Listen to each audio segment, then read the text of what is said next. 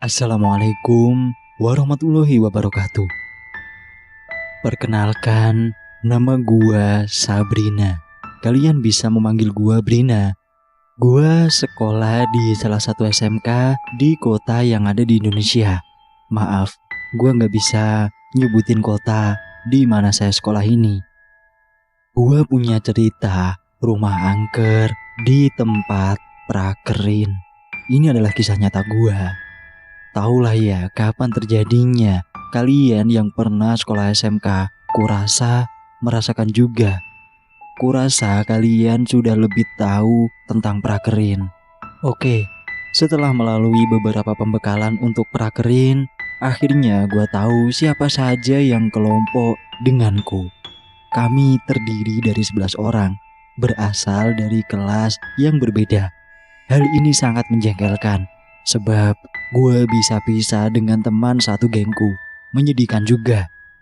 Dari 11 orang itu ada 6 perempuan dan 5 laki-laki. Perempuan itu terdiri dari gue, Siti, Roros, Siti, Ranti, dan Eva. Sedangkan yang laki-laki terdiri dari Arif, Ari, Dede, Falak, dan Rizal. Aku dijadikan ketua perempuan dan Ali adalah ketua laki-lakinya. Ada banyak karakter dari mereka yang belum aku ketahui. Wajar saja, di sekolah gua hanya bergaul dengan anak organisasi. Dikatakan gua adalah anak yang agak pilih-pilih. Bukannya sombong, biasanya mereka tahu aku, tapi aku tidak tahu mereka. Dan di tempat prakerin inilah gue bisa mengenal mereka yang sesungguhnya. Selamat datang di channel Kisah Seram. Buat kalian yang baru bergabung di channel ini, gue ingatin untuk subscribe dan nyalakan tombol notifikasinya agar kalian tidak ketinggalan cerita-cerita terbaru dari channel ini. Cerita kali ini berjudul Rumah Angker di Tempat Prakerin. Cerita ini ditulis oleh akun Brina313. Jika kalian ingin membacanya langsung, kalian bisa kunjungi linknya sudah gue taruh di deskripsi. Dan kisah ini adalah kisah nyata. Rumah angker di tempat prakerin. Waktu itu pembekalan terakhir di sekolah yaitu hari Senin. Gua sudah menyiapkan perlengkapan dari mulai alat mandi, alat makan, alat ibadah, pakaian praktek, dan alat untuk di lapangan. Tak lupa gua selalu membawa buku harian kemana-mana. Bila ada waktu untuk menulis, biasanya ku catat setiap kejadian dalam setiap harinya. Brin, pulang sekolah, jangan lupa kita kumpul dulu ya. Kita bagi-bagi alat untuk masak, karena kita akan tinggal di kontrakan yang tidak ada alat-alatnya. Secara, kita kan bukan di perusahaan kayak teman-teman yang lain, ujar Ali, ketua kelompokku. Oh, oke, siap. Biar aku catat dulu ya. Setelah perbincanganku di kantin dengan Ali, gue segera menulis apa saja yang sekiranya kurang. Perlengkapan masak tidak mungkin dilupakan. Hidup di tengah hutan, siapa yang akan memasakkan kita nanti kalau tidak ada alat masaknya? Sebenarnya, gue hanya tahu nama di daerahnya saja, tapi tidak tahu persis tempatnya seperti apa. Belum sempat melihat di Google Maps juga. Gue curiga akan ditempatkan di daerah yang jauh dari keramaian kota. Kata kakak kelas sih biasanya begitu. Tapi mereka yang sudah berpengalaman tidak ada yang memberikan masukan kepada kami. Hai Brin, sedih banget nih, kita bakalan pisah selama 3 bulan. Ica memelukku. Kami bersahabat dari mulai kelas 1 sampai sekarang. Kita berjanji akan selalu memberi kabar jika sudah berada di tempat prakerin masing-masing. Iya, sedih banget ya. Tapi kita harus tetap semangat. Baru juga 3 bulan kan? Aku berusaha menghibur walau sebenarnya aku juga sedih jika harus berpisah dengan Ica. Karena kemana-mana biasa sama dengan dia. Habis pulang pembekalan, kamu mau kemana? Bisa nggak kita ke tempat Batagor Kuah? Kita makan di sana yuk. Duh, maafin aku. Aku mau kumpulan anak kelompok dulu, Ca. Gue nggak bisa kayaknya. Terpaksa gue menolaknya. Sebenarnya aku juga ingin makan barengan dia. Kapan lagi sih? Tapi sayangnya tidak bisa lagi. aku juga harus mementingkan urusan kelompok prakerinku. Seperti yang sudah disepakati, sepulang pembekalan, gua segera ke kelasnya Ali. Gua juga belum begitu dekat dengan Ali, yang gua tahu dia salah satu pemain bola terbaik di sekolah ini. Tapi gua tidak begitu sering memperhatikannya. Lagian buat apa juga? Aku berjalan menyusuri lorong sekolah. Kelas demi kelas telah kulewati. Kelasnya Ali ada di paling ujung dekat kantin. Lumayan lah kalau bibik kantin belum tutup. Gua bisa nongkrong juga di sana. Hai, kemana yang lain? Tanyaku pada Ranti yang ternyata sudah duluan ada di kelas Ali. Tadi yang lain telat katanya. Lah, kamu kenapa sendiri? Kemana Roros dan Arif? Kalian kan sekelas. Tanya Ranti yang seakan menginterogasiku. Iya, gua tadi ninggalin mereka. Habisnya mereka lama. Oke deh, gak apa-apa. Jawab Ali yang tiba-tiba sudah ada di belakangku. Tak berselang lama dari perembukan untuk pemberangkatan itu, salah satu anggota pun segera berdatangan. Begitulah Indonesia, ngaretnya memang keterlaluan, bikin kesel tingkat dewa. Rembukan itu hanya berlangsung sekitar 30 menit. Lusa adalah pemberangkatan ke tempat yang sesungguhnya. Singkat cerita, 2 hari kemudian, pagi-pagi sekali gue bangun. Semangat di dada begitu sangat membara. Ya, hari ini gue akan pergi ke tempat prakerinku. Rasa saat tidur pun terbayang terus pertanyaan akan seperti apa di tempat itu. Setelah gue mandi dan persiapan segalanya, Mama memanggilku. Ada salah satu nasihat dari kedua orang tuaku yang paling kuingat. Jika kamu sudah ada di sana, kamu harus menitipkan diri ya, di mana kaki berpijak. Disitulah langit harus dijunjung. Perkataan sederhana tapi mampu mewakili semua pesan di dalamnya. Setelah gua berpamitan, akhirnya gua segera pergi ke sekolah. Gua memasukkan beberapa barang bawaanku sekelompok ke mobil pick up yang sudah disediakan oleh sekolah. Hati-hati di sana ya anak-anakku, jaga nama baik sekolah. Kami di sini selalu menunggu kehadiran kalian kembali.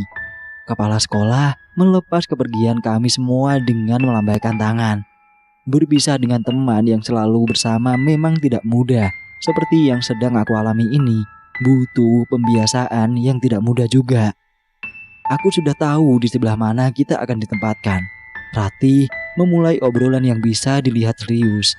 Biasanya dia tidak seserius itu. Gua juga biasanya malas mendengarkan ocehan yang gak jelas dari anak-anak lain. Gua sibuk memainkan ponselku, mengisi kekosongan sepanjang perjalanan. Iyakah kamu sudah tahu? Siti menanggapi ucapan Rati dengan wajah yang tak kalah serius. Iya, gua nyari tahu ke mamaku.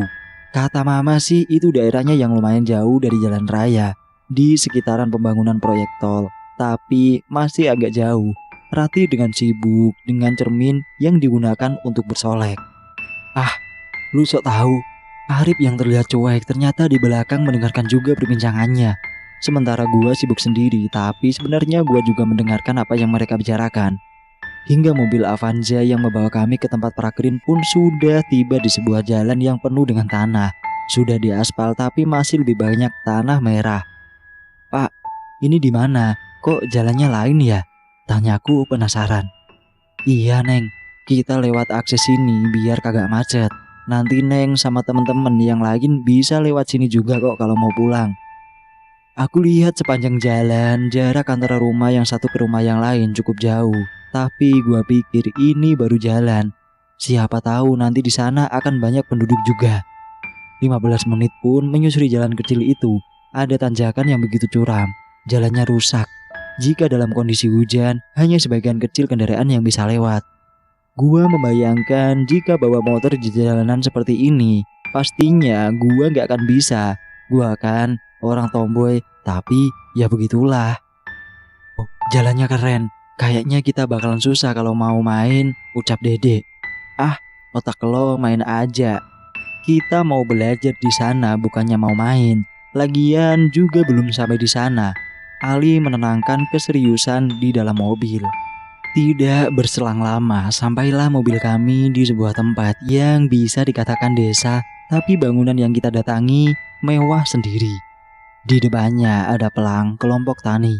Ya, kami akan prakerin di tempat ini.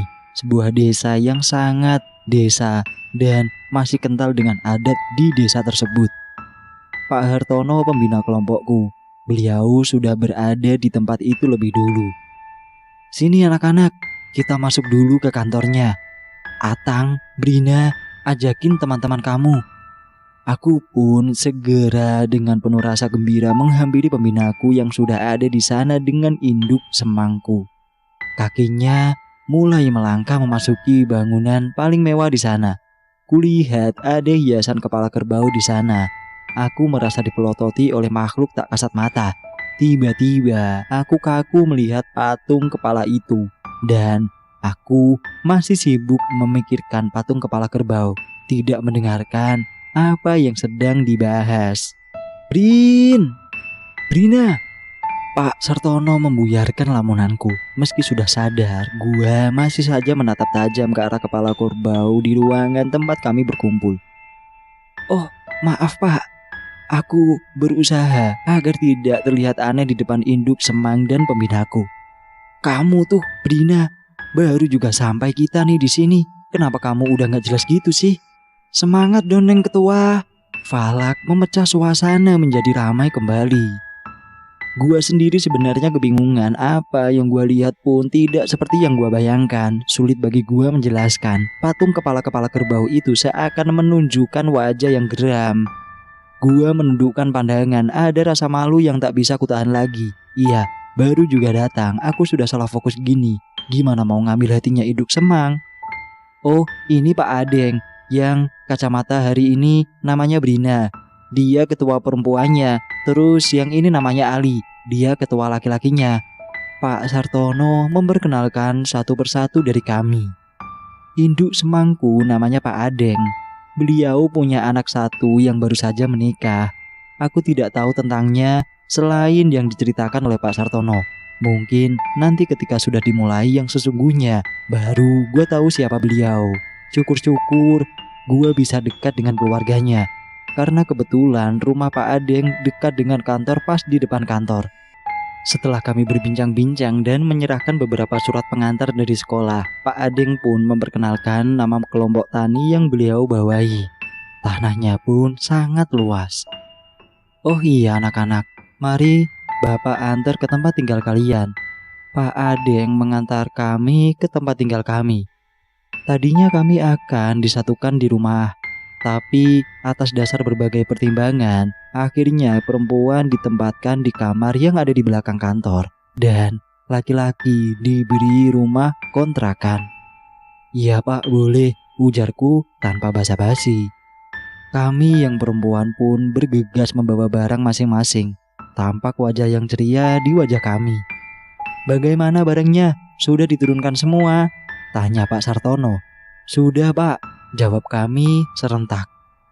Tak terasa waktu pun sudah menunjukkan pukul 2 siang. Kami bersiap-siap untuk melaksanakan sholat zuhur berjamaah. Tempat tinggal perempuan ternyata hanya sebuah kamar yang berukuran sekitar 4 kali 3 meter. Jika dihuni 6 orang perempuan ya sudah cukup lah. Di depan kamar kami adalah garasi mobil. Jika siang hari digunakan untuk berkumpulnya para ketua kelompok tani. Di samping kiri kamar ada kamar mandi kecil. Meskipun seperti itu, kami sangat mensyukurinya. Alat masak kami yang dibawa ke kontrakan laki-laki. Aku penasaran dengan tempat tinggal teman laki-lakiku. Atas perintah Pak Adeng, rencananya selepas beres-beres dan sholat asyar, kami akan mengunjungi Pak RT untuk sekedar berkenalan atas kedatangan kami di tempat ini. Aku segera ke kamar dan menggelar karpet yang kubawa dari rumah. Di dalamnya sudah ada surpet dan bisa digunakan untuk tidur. Lalu kami beri spray di atasnya, sederhana, tapi mudah-mudahan bisa betah di tempat ini. Tak terasa azan asar pun berkumandang. Pak Sartono sudah meninggalkan kami saat kami sedang asyik di kamar. Beliau hanya berpamitan pada Ali. Katanya ada urusan mendadak. Kami memaklumi kesibukannya. Sangat semangat ketika telah diberi wejangan oleh pembina tercinta. Ranti, kita bentar lagi harus ke Pak RT. Kalian siap-siap ya. kita ke kontrakan anak cowok dulu. Nanti aku segera berdiri merapikan hijabku. Iya Brina, kalem. Kita sudah siap sebenarnya. Aku baru ingat kalau kedatanganku ini di hari Kamis. Pantas saja Ali ngajakin buat yasinan setelah sholat maghrib nanti. Katanya sebagai salam penghormatan kepada orang yang ada di desa ini, baik untuk makhluk yang terlihat ataupun yang tidak terlihat. Kata sesepuh, itu harus dilakukan jika bertempat di tempat baru. Sebagai ketua kelompok, Ali tidak ingin jika terjadi sesuatu yang tidak diinginkan pada anggotanya. Ali pun mengajakku untuk berdiskusi. Akhirnya, aku mengiyakan ajakannya. Meski dekat, kami tetap mengobrol lewat chat WhatsApp. Hei kalian, lama betul. Ayo kita ke sana dulu. Anak cowok udah nungguin katanya. Iya sabar atuh Brina. Ranti teriak. Ia tak ingin jika harus ditinggal sendiri, sementara yang lainnya sudah merapat. Posisi kantor berada di tanjakan, sehingga untuk ke kontrakan laki-laki harus turun dulu. Aku pun segera turun bersama teman-teman. Kontrakannya tepat di bawah turunan jalan itu. Ada di pinggir jalan, ukurannya satu mobil. Aku tiba di bangunan lawas. Berpagar besi, di depannya ada pohon mangga yang besar, seperti sudah berusia beberapa tahun. Daun dan dahannya berwarna kehitam-hitaman. Bangunan ini seperti sudah lama tidak dihuni. Hai Falak, Ali, aku sudah di luar. Cepatlah kalian keluar. Aku berteriak. Ngeri sekali rumah ini. Untuk saat ini aku belum berani masuk ke dalam kontrakan mereka. Takut kesorean mau ke rumah Pak RT. Aku masih melihat ke arah jendela kamar mereka yang terlihat ada teralisnya. Jendela menutupnya bermodel zaman dulu sekali. Angin sepi sepoi membuatku betah berlama-lama melihat ke arah jendela itu. Tiba-tiba ada seseorang wanita berambut panjang. Ia tersenyum kepadaku dari kejauhan. Bulu kuduku merinding. Sesekali aku membuka kacamataku dan mengisik-ngisik kedua mataku. Apa ada yang salah dengan penglihatanku? Brina, kamu kenapa? Tanya Rati dengan penasaran. Itu. Ketika aku melihat lagi ke arah jendela, wanita itu sudah tidak ada. Itu apa? Nggak ada apa-apa. Ratih menepis tanganku yang berusaha menunjukkan di mana perempuan itu berada. Bagi gua, ini adalah pengalaman yang paling bikin gua setengah gila. Gua sempat bingung, ada apa yang salah dengan mata gua? Bukankah seharusnya aku menyadari bahwa makhluk tak kasat mata itu memang benar adanya? Buktinya saat itu juga aku melihatnya dengan kedua mataku. Tapi semua membuat aku gila. Tak ada yang percaya satu orang pun padaku. Ayo kita pergi. Ali mengajakku untuk segera pergi. Sementara aku masih berdiri meratapi jendela yang tadi ada wanita cantik itu. Brin, cepatlah. Kamu masih ngapain sih di sini? Roros menarik tanganku lalu menarik ke arah teman-teman yang sudah jauh membelakangiku. Di sepanjang perjalanan menuju rumah Pak RT, mataku dimanjakan dengan pemandangan sawah-sawah di sekitarnya. Usia padi seperti sudah saatnya untuk dipanen. Kami melewati beberapa rumah tetangga di sekitar. Di halaman mereka ada yang menunggu senja dengan ditemani secangkir teh dan pisang goreng di teras rumahnya.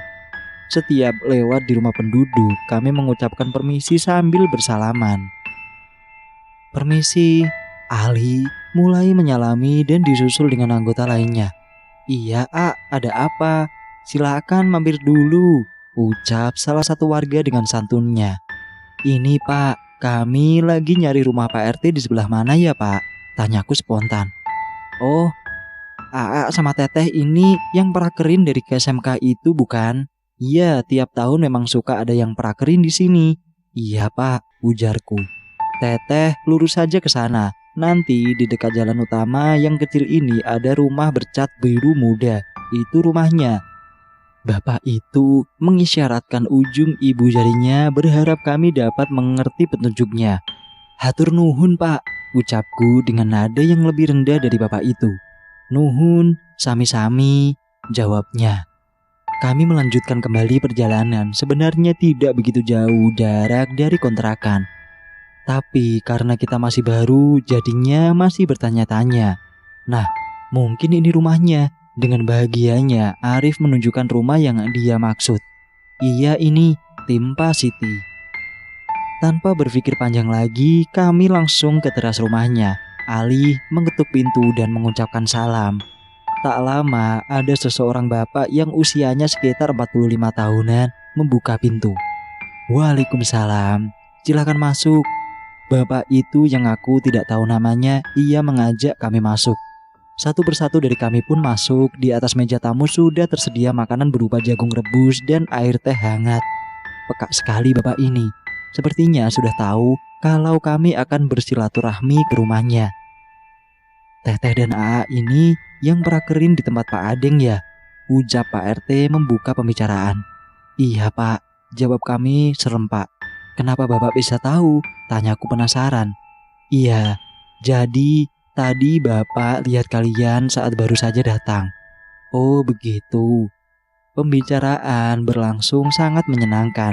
Bapak Edi, namanya, dia sebagai ketua RT sangat mengayomi pada warga di sini. Terlihat jelas dari caranya mengambuhi kami. Kalian selama para kering di sini harus memanfaatkan waktu ini sebaik-baiknya. Jangan sampai tidak mempersungguh. Pak Adeng ini orangnya. Pak Edi memutus pembicaraan. Bagaimana Pak? Tanya Falak penasaran. Aneh, seakan ada sesuatu yang ingin disampaikan kepada kami. Tapi Pak RT itu ragu. Dan saat Falak bertanya sampai mengulangi pertanyaan itu. Ya namanya orang berbeda-beda dek. Kalian harus bisa mengimbanginya. Ambil hatinya. Suatu saat kalian akan tahu bagaimana caranya bekerja. Setelah pantas beberapa lama pun kami mulai berpamitan. Bapak, kami pamit dulu. Ali berpamitan kepada Pak RT. Setelah berpamitan, kami sesegera mungkin menuju ke kontrakan cowok. Karena sudah jam 5 sore, sementara kamar kami belum juga beres. Karena sekarang mau ke kontrakan anak cowok, aku jadi ingat lagi pemandangan di rumah itu sebelum pergi ke rumah Pak RT. Perempuan berambut panjang dengan wajah yang tidak begitu jelas. Aku tidak dapat mengenalinya. Lengah sedikit, aku semakin penasaran. Saking asiknya sendiri, tak terasa sampailah di kontrakan cowok. Bangunan yang sudah tua dan terdapat pagar besi setinggi dada. Lalu, ada pohon mangga besar di dekat jalan kecil menuju teras rumah. Mataku tertuju pada setiap benda yang ada di depan teras. Sapu lidi yang sudah tua tergeletak di depan teras. Langkah kakiku semakin ingin terus menyusuri apa yang ada di dalam kontrakan itu. Akhirnya aku pun segera masuk. Assalamualaikum. Ku mulai dengan kaki kanan melangkah ke pintu utama. Di ruang depan kita sudah disajikan dengan kursi tamu yang sudah sangat kusam. Kursi yang sudah robek sebagian sampulnya. Dan entah rumah ini seperti sudah lama tidak terpakai kayaknya. Hei, kamar kalian di mana? Tanya Siti dengan mata yang tidak juga dia mengikuti ke setiap penjuru. Kamar kita di depan sendiri. Kita dikasih tahu kamar bebas untuk kita, tutur Ali. Ali menggiring aku dan teman-teman untuk melihat tempat tidur mereka. Sebuah kamar yang lebih sempit dari kamar kita yang di atas. Banyaknya koper dan baju yang sudah dipakai membuat kamar itu terlihat kumuh. Kalian yakin akan tidur di tempat seperti ini? Mataku tertuju pada sebuah patung kuda yang hanya kepalanya di atas kusen pintu kamar mereka. Ya iyalah yakin. Walaupun seperti ini kita bisa bersihin kok. Tenang aja Brina. Falak merayuku dengan kedipan matanya. Ah, kalian sok jago. Ingat ya, harus bersih. Biar nanti kalian bisa tenang tidurnya, gak diganggu setan. Mulut Ranti mulai sompral. Hus, kamu jangan ngomong gitu dong. Kita kan baru aja datang, masa iya ada setannya? Arif si kecil badannya dari kita pun tak kalah berargumen. Oh iya, maafin aku dong, aku bercanda, ucap Ranti. Meski dalam keadaan yang menggembirakan, aku tidak bisa bertanya sekarang pada mereka tentang apa yang aku lihat tadi. Aku hanya takut mereka percaya dan malah menjadi penakut. Setelah itu, aku juga takut nanti mereka tidak percaya dan menganggap aku anak yang suka menghayal. Lalu bagaimana aku harus berkata? Entahlah. Akhirnya aku memutuskan untuk segera ke kamar cewek. Sebenarnya aku juga masih ingin berkeliling di kontrakan anak cowok, tapi waktu yang tidak memungkinkan. Sesampainya di kamar, aku segera merebahkan diri di atas kasur karpet yang tadi digelar. Rasanya lega bisa bernapas dengan leluasa sebab jendela dibuka semua.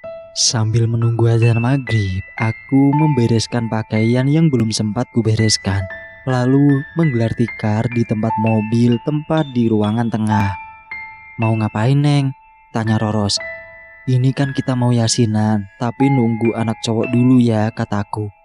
Tak berselang lama, azan maghrib pun berkumandang. Mereka sholat di kontrakannya. Akhirnya anak-anak cowok pun datang. Hari pertama pertemuan di tempat PKL kita mengadakan yasinan. Acara berlangsung sangat khidmat. Bahkan rasa-rasa takut itu pun perlahan mulai menghilang. Ada rasa tenang yang tidak sembarangan orang dapat merasakannya. Setelah acara selesai, aku heran kenapa induk semangku tidak ikutan acara Yasin. Malam Jumat adalah ritual rutin warga untuk membaca Yasin. Tapi Pak Adeng dan keluarganya tidak ada. Oh iya, gue lupa. Pak Adeng adalah salah satu insinyur pertanian yang terkenal saat itu. Bahkan banyak anak-anak dari salah satu universitas yang melakukan penelitian demi selesainya skripsi mereka. Pasalnya, kenapa orang-orang seakan segan? Bahkan ada juga sebagian orang yang agak mencibir ketika salah satu di antara kami membicarakan tentang Pak Adeng. Pak Adeng memiliki 3 anak laki-laki semua. Anak yang satu dan kedua adalah hasil dari pernikahan pertamanya dengan Bu Lasmi.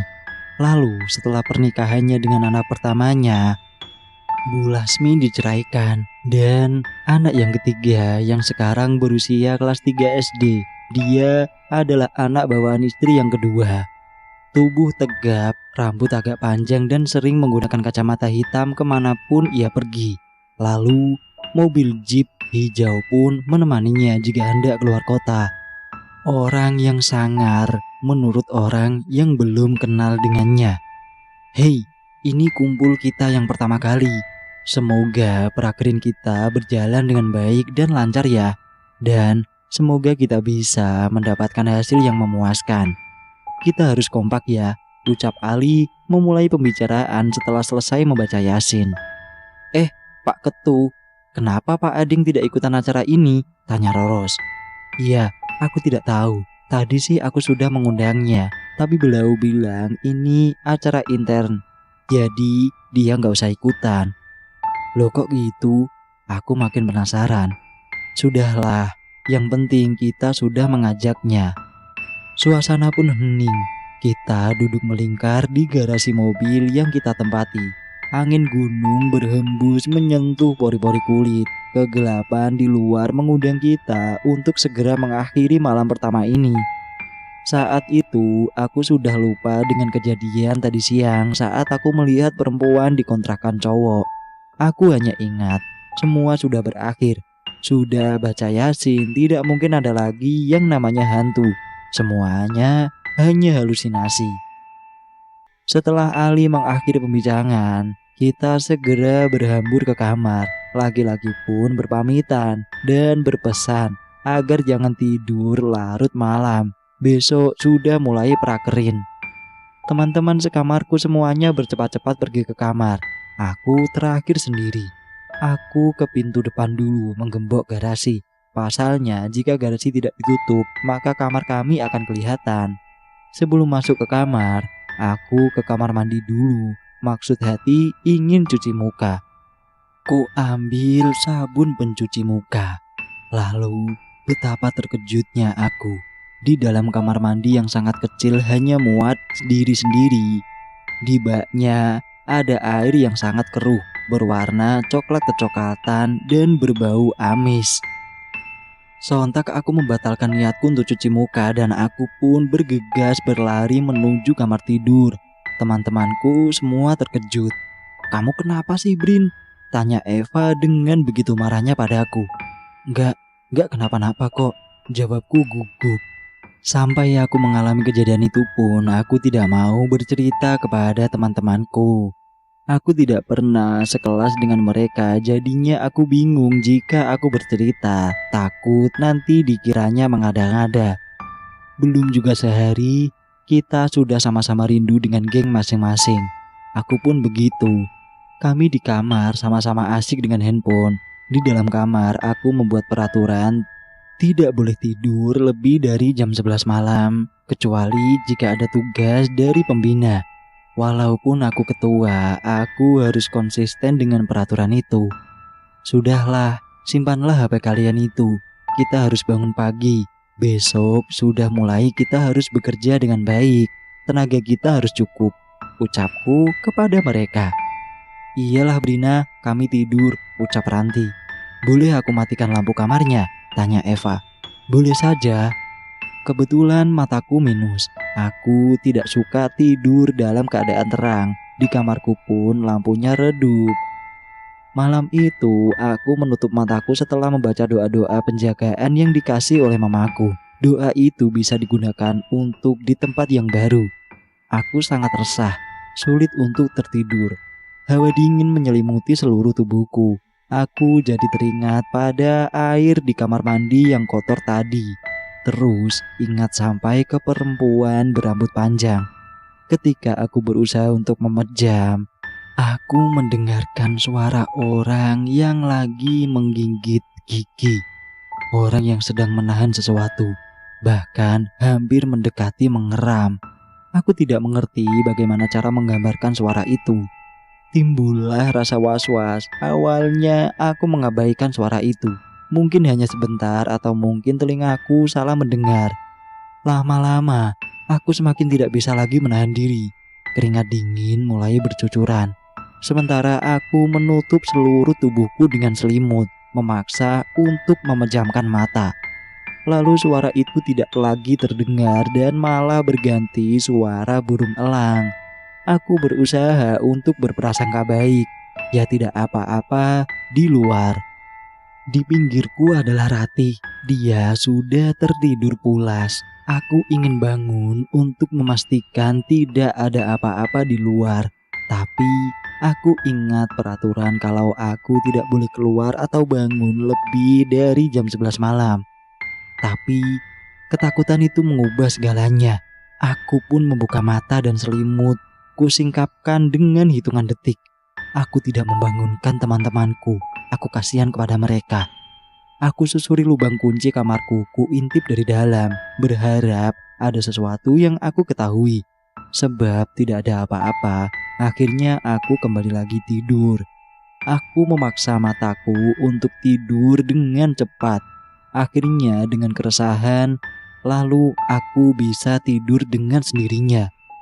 Suara gigitan itu masih juga terdengar semakin keras.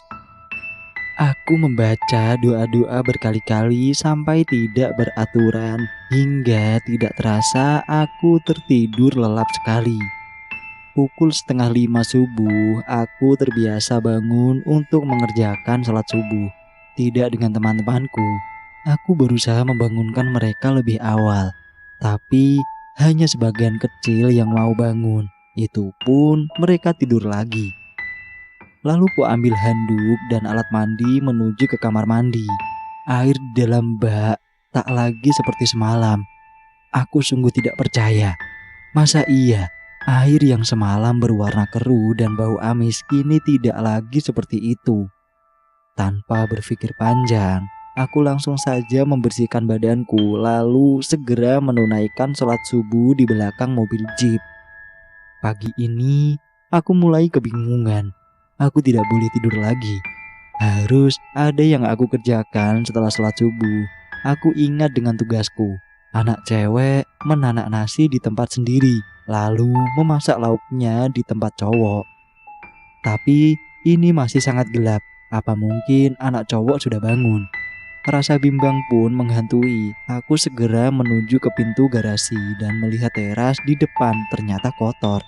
Akhirnya aku putuskan untuk menyapu lalu mengepelnya. Di sebelah kanan garasi ada kolam ikan yang lumayan besar.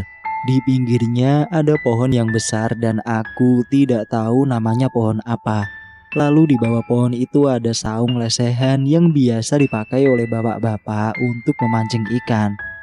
Tepat lurus di depan teras kantor, kulihat ada pohon nangka yang besar, hitam dan mengerikan jika malam hari. Lalu di samping rumah Pak Adeng, ya, rumah Pak Adeng berhadapan dengan kantor yang ada kamar tempat tidurku. Saat aku baru saja mau mengambil pel-pelan dan air di kolam, aku melihat orang berdiri dan sedang memperhatikanku di bawah pohon nangka itu. Wajahnya seperti ada sedikit cahaya kemerah-merahan dan matanya aku tidak bisa melihat, hanya hitam. Tidak ada yang putih-putihnya. Aku melihat seperti orang bapak yang sedang berdiri menatapku sambil merokok. Tapi aku berpikir tidak mungkin. Apa kerjaan orang itu pagi-pagi buta berdiri di bawah pohon besar? Yang membuat aku semakin merinding adalah depan rumah Pak Adeng tidak ada cahaya terang. Cahayanya sangat redup, sehingga tidak jelas. Aku berusaha mempertajam penglihatanku dengan sesekali melepas kacamataku dan mengisak mataku. Aku semakin dibuat jantungan. Bagaimana bisa aku melihat hantu subuh-subuh? Saat ia semakin terlihat memperlihatkan, aku pun langsung melempar pel-pelan dan berhambur ke dalam kamar. Nafasku ngos-ngosan. Seperti biasa, teman-teman malah memarahiku dengan sikap konyolku. Rasanya waktu itu gue pengen nangis, tapi nggak bisa. Pengen pulang secepatnya. Aku terduduk lemas. Aku yakin itu bukan hantu. Itu hanya orang yang gak ada kerjaan berdiri di bawah pohon nangka.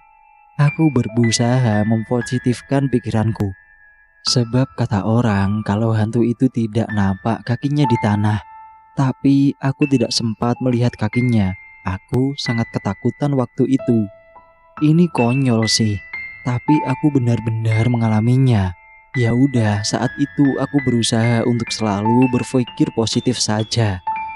Jadi pagi itu mau tidak mau aku harus memasak ke tempat laki-laki meskipun kisah menyeramkan yang tadi aku ceritakan itu terus menghantui. Tapi aku harus tetap melewati semua itu. Sayangnya hari pertama ini aku tidak memasak seperti pada umumnya karena belum ada banyak persiapan dan hanya ada beberapa bungkus mie instan yang mungkin bisa dimanfaatkan. Memasak mie instan menggunakan Magic Com. Pukul 7 pagi kami sudah siap untuk mengikuti apel di depan kantor. Kulihat wajah-wajah yang penuh semangat dan pakaian yang rapi sangat mendukung untuk memulai praktek kita kali ini. Assalamualaikum warahmatullahi wabarakatuh. Teman-teman, insya Allah hari ini adalah hari pertama kita praktek di lapangan. Aku harap kita bisa sama-sama saling membantu dalam mengerjakannya. Jika dirasa ada beberapa hal yang mengganggu atau membuat kita tidak nyaman, kita supaya bahu-membahu untuk menghadapinya. Dan yang paling penting, kita harus bisa menjaga nama baik sekolah kita. Oke, sebelum kita memulai apel yang dipimpin oleh pembina kita, marilah kita berdoa terlebih dahulu. Berdoa dimulai. Ali memimpin apel kecil kelompok sebelum Pak Adeng datang. Ketika beberapa menit menunggu, datanglah Pak Adeng dengan seseorang pemuda berambut agak keriting, kulitnya putih, tinggi semampai dan badannya kurus. Ganteng juga sih. Pemuda itu memakai topi warna hitam dan senyumnya sungguh memukau. Aku yang sejak tadi berdiri, pandanganku tak bisa pergi darinya. Oke anak-anak, siap untuk mengikuti kegiatan hari ini? Tanya pemuda itu. Siap Kang, kami jawab dengan serempak. Assalamualaikum warahmatullahi wabarakatuh. Anak-anak, hari pertama ini kalian langsung turun ke lapangan. Silahkan tuliskan temuan kalian selama di lapangan. Silahkan kenalan dengan para pekerja yang lain, ucap Pak Adeng. Di tangan kirinya ada sebatang rokok yang menemaninya kemanapun dia pergi. Bibirnya terlihat hitam, pertanda tak bisa lepas dari rokok. Kegiatan pertama kami dibimbing oleh pemuda tampan tadi. Belum sempat kenalan, Rasanya aku ingin selalu nempel. Minyak di tubuhnya bikin aku pengen memeluknya. Beruntunglah yang jadi ceweknya. Lahan pertama adalah tanaman cabai yang ada di belakang kantor. Luasnya lumayan juga. Di sana kami ditugaskan untuk menyiangi tanaman tersebut. Antara senang dan capek di hari pertama bercampur aduk. Terik matahari semakin terasa. Waktunya istirahat telah tiba. Mulai pukul 1:30 sampai jam 2 sore. Sore-sore hanya menyiram tanaman saja. Istirahat siang kami tidak memasak. Nasi yang dinanak pagi masih ada. Jadinya lebih baik digunakan untuk tidur. Lumayan bangun jam 2 dan persiapan ke lahan lagi untuk menyiram tanaman yang begitu sangat luas. Setelah aku mempersiapkan segalanya, aku segera menuju tempat berkumpul semula. Pemuda yang menjadi asisten Pak Adeng pun sudah menunggu di sana. Pemuda itu ternyata bernama Gumi. Usianya sekitar 24 tahun. Berbeda 7 tahun denganku. Belum menikah, dia sudah lama membantu Pak Adeng dalam mengelola semua yang berhubungan dengan usahanya. "Siapa ketua perempuannya?" tanya Kang Gumi kepadaku.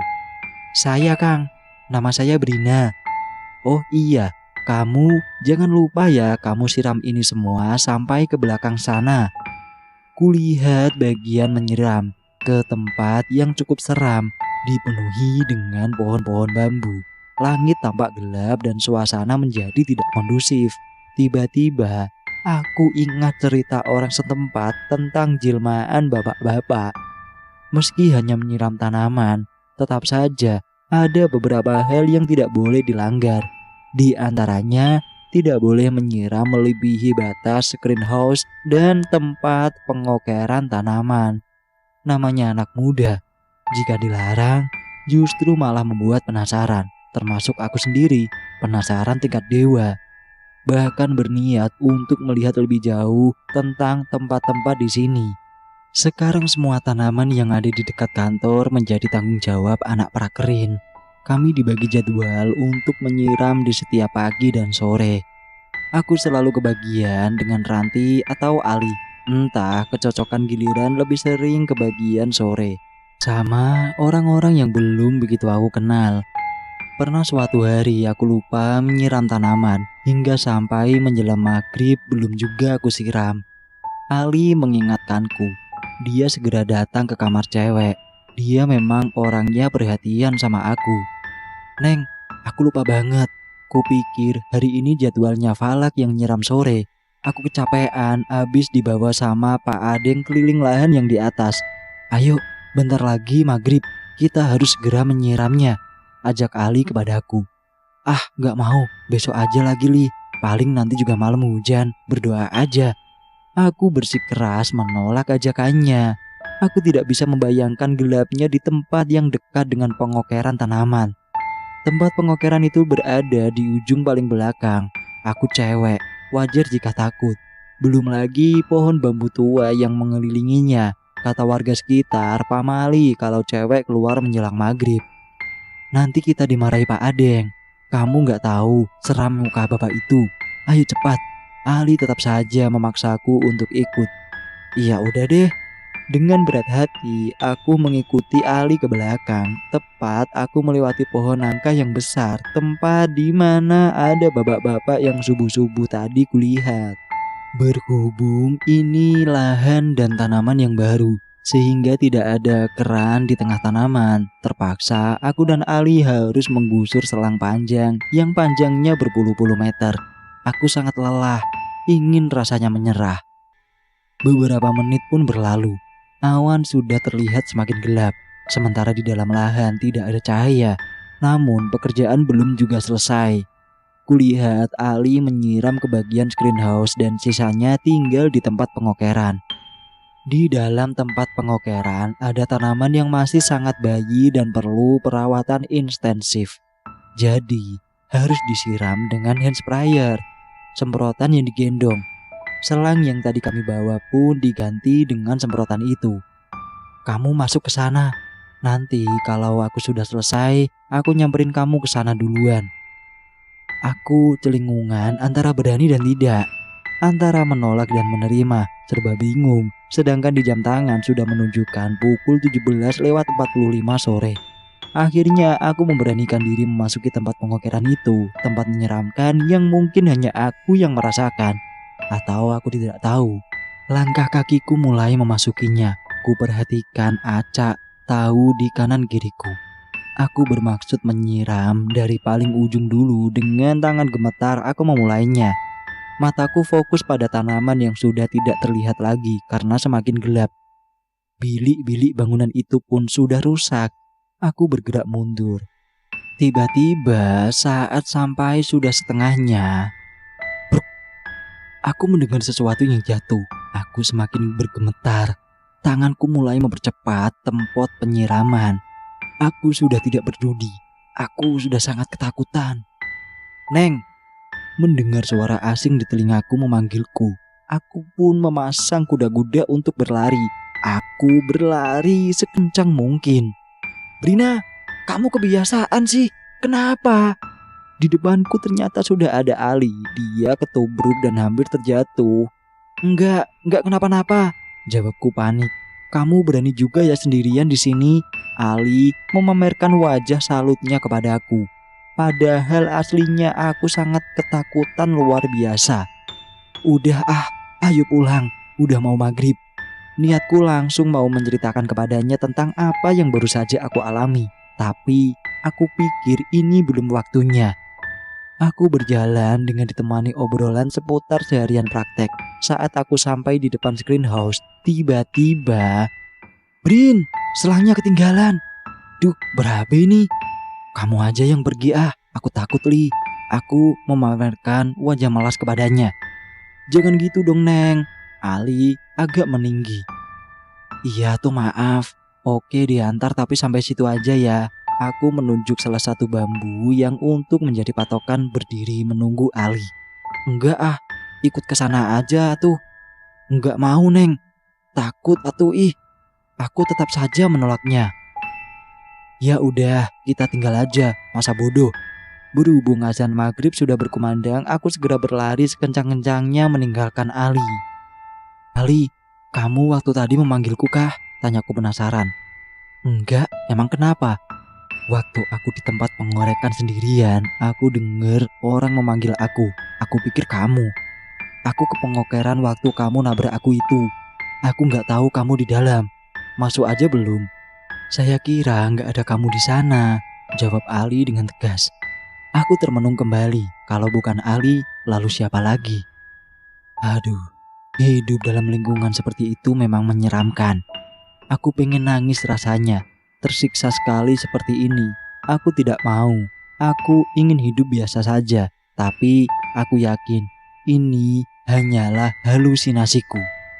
Lain kali kita harus saling mengingatkan ya, biar nggak kayak tadi sore, ucap Ali mulai pembicaraan. Memangnya kenapa? Tanya Arif penasaran. Tadi hampir aja nggak kusiram tuh tanaman. Giliran udah kesiram, malah ketinggalan tuh selangnya. Sial banget sih hari ini. Ali terus saja menggerutu. Udahlah Li, besok sebelum Pak Adeng tahu kita beresin aja. Pokoknya jangan sampai Pak Adeng tahu deh. Aku menengahinya. Iya, kita besok harus menggulung selang sepanjang itu. Malamnya kami berencana untuk bikin seblak bareng di kontrakan cowok. Pak Adeng tidak melarang kami untuk sering berkumpul. Walaupun sebenarnya dianjurkan kumpul di dekat kamar kami. Kamar cewek di dekat kantor. Jadinya tidak akan menimbulkan apa-apa jika di sana lama-lama. Berhubung peralatan masak ada di tempat cowok, jadinya para cewek yang kesana. Ada apaan tuh di belakang? Tanyaku dengan mengangkat kedua alis mataku. Kenapa memangnya? Tanya Siti. Itu kok berisik amat? Aku berdiri dan hampir melangkahkan kaki, tapi tanganku keburu ditarik Falak. Apaan? Kamu mesti aja kayak gitu. Gak seneng aku. Entah apa yang membuat Falak selalu sensitif sama aku. Aku hanya mengatakan apa yang aku rasakan. Sudah, biarin aja si Neng ke belakang sendirian, ucap Ali dengan nada yang agak sedikit marah. Aku kesal dengan mereka. Akhirnya aku memberanikan diri untuk ke belakang. Aku juga penasaran sejak aku melihat perempuan itu di belakang jendela. Aku belum masuk lagi. Kerupuk dan bumbu yang sudah disiapkan untuk dibuat seblak ku ambil sendiri. Aku melangkah menuju sebuah tempat yang ada di belakang. Perlahan kakiku mulai menyusuri setiap ruangan di rumah ini untuk menuju ke belakang. Aku harus melewati satu kamar dan satu lorong kecil yang penerangannya kurang. Pertama, sebuah kamar yang berukuran lumayan besar, sekitar 4 kali 3 meter. Ada gorden yang banyak debunya menutupi lawang itu. Karena penasaran, keberanikan diri untuk membukanya. Kamu bisa bayangkan, di dalam banyak sekali pakaian yang berserakan di mana-mana. Ku perhatikan satu persatu seperti pakaian laki-laki dewasa. Ada kaos dalam pula dan ada bau-bau bekas rokok. Cat berwarna krim yang sudah lama serta di langit-langitnya banyak sekali serawangnya. Pertanda kamar ini sudah lama tidak dipakai. Kurasa penasaranku tentang kamar ini cukup sampai di sini. Aku berniat melanjutkan lagi ke ruangan lain. Aku berdiri melangkah menuju lorong penghubung ruangan belakang dengan ruang tengah. Ku perhatikan teman-temanku. Mereka masih asik dengan obrolan mereka. Aku pikir mereka sudah lupa padaku. Menuju lorong kecil ini, penerangan pun tidak begitu jelas. Di dinding kanan kiri lorong ini ada beberapa hiasan kayu seperti lampu kayu, lukisan buah, dan pandanganku berhenti pada sebuah lukisan seseorang perempuan. Kuraba lukisan itu. Kutiup debu yang tebal di kaca itu, hingga semakin jelas wajah cantik yang terlukis. Matanya sayup, bibirnya tipis, rambut panjang terurai, seperti lukisan zaman dulu, hanya berwarna hitam putih. Hahaha. Suara teman-temanku terdengar jelas di telinga. Mereka memang asik mengobrol, sedangkan aku harus membuat makanan untuk mereka. Teringat maksudku untuk memasak, aku segera ke ruangan yang menjadi tujuan utamaku. Selepas lorong tadi, kini aku berdiri di sebuah ruangan yang banyak sekali kayu-kayunya. Lalu ada kamar mandi kecil di dekat dapurnya. Tidak ada apa-apa di sini. Aku pun segera ke dapur, mempersiapkan alat dan bahan untuk membuat seblak malam ini. Meski aku hanya sendiri, itu tidak menjadikanku takut. Aku harus biasa melakukan ini sendirian. Saat ku panaskan minyak, tiba-tiba aku mendengarkan suara seperti orang yang sedang mengukir kayu. Kalian bisa membayangkan gimana tukang kayu yang sedang membuat alat-alat rumah tangga gitu. Aku mulai ketakutan. Tidak ada seorang pun teman di dapur ini. Sementara penerangan pun entah redup begini. Aku mempercepat proses pembuatan seblak. Untungnya kerupuk sudah direndam, jadi tinggal menghangatkan saja sebentar. Setelah semuanya siap, aku buru-buru membereskan sisa-sisa bumbu. Yang ada di pikiranku adalah ingin segera ke teman-temanku. Hai, seseorang nempuk bahuku. Aku terdiam, mataku melotot ke arah seblak. Aku benar-benar takut. Kakiku sulit untuk kugerakkan. Andai dia manusia, akan kutendang kemaluannya biar pingsan dia. Andai dia setan, aku akan pura-pura pingsan. Setelah aku mengumpulkan tenaga untuk melihat ke arahnya, ternyata dia tidak ada. Aku pun segera mewadahi seblak yang tersisa di wajan dan lagi-lagi bahuku ditepuk lagi. Oh Tuhan, salahku apa? Aku tidak pernah mengganggu mereka. Mengapa mereka menggangguku? Apa salahku? Pertanyaan itu terus menghantuiku. Wadah sayur besar kugunakan untuk mewadahi seblak basah pedas yang baru saja matang. Keluar dari dapur dengan rasa bercampur ketakutan. Tiba-tiba, abang-abang bermata bulat, kulit putih dan rambut cepak sudah berada di depan mataku. Aku tidak mengenalnya. Usil sekali orang ini. Hai, namaku Rian. Kamu anak prakerin kan? Tanya dia kepadaku. Apa mungkin dia tadi yang menepuk bahuku? Hari terasa berlalu begitu cepat. Kini aku mulai mengenal semua penduduk yang ada di sini, termasuk Teh Ewis dan Kang Denny. Mereka sepasang suami istri yang bekerja di Pak Adeng. Setiap hari, mereka sering menemaniku ngobrol di rumah mereka. Seringnya di sore hari menjelang asar. Teh Ewis punya satu anak laki-laki. Hidup serba berkecukupan tidak menjadikan keluarga ini mengeluh. Hampir setiap hari aku main dengan anaknya. Biasanya aku main PS. Pak Adeng pun tahu tentang kedekatanku dengan keluarga Teh Ewis. Lambat laun, aku mulai mengetahui siapa Pak Adeng ini sesungguhnya. Ini hari Kamis. Tepat di hari ini adalah semingguan aku di tempat prakerin. Bagiku, waktu 1 minggu ini sudah cukup bisa mengetahui adat istiadat daerah setempat. Semakin aku dekat dengan Teh Ewis, semakin banyak hal yang ingin kutanyakan kepadanya. Dari pagi sampai sore setelah menyiram tanaman, tidak ada kendala apapun. Bahkan, aku yang biasanya beradu argumen dengan anak cowok, kali ini mereka mengalah. Alasannya sih, aku terlalu jago kalau masalah debat. Mereka pasti mengalah. Setelah menyiram tanaman, aku segera pergi ke kamar untuk segera membersihkan diri. Mengingat malam Jumat ini biasanya ritual kita yasinan, sama seperti pertama kali kita datang ke tempat ini. Aku mengajak teman-temanku mengerjakan sholat maghrib berjamaah. Sedikit dari mereka yang merespon. Ada yang mengganjal saat kulihat teman-temanku malam ini. Setelah sholat maghrib, mereka kembali ke kamar. Aku sempat kesal dengan kebiasaan baru mereka. Mereka cenderung malas. Mereka sibuk masing-masing.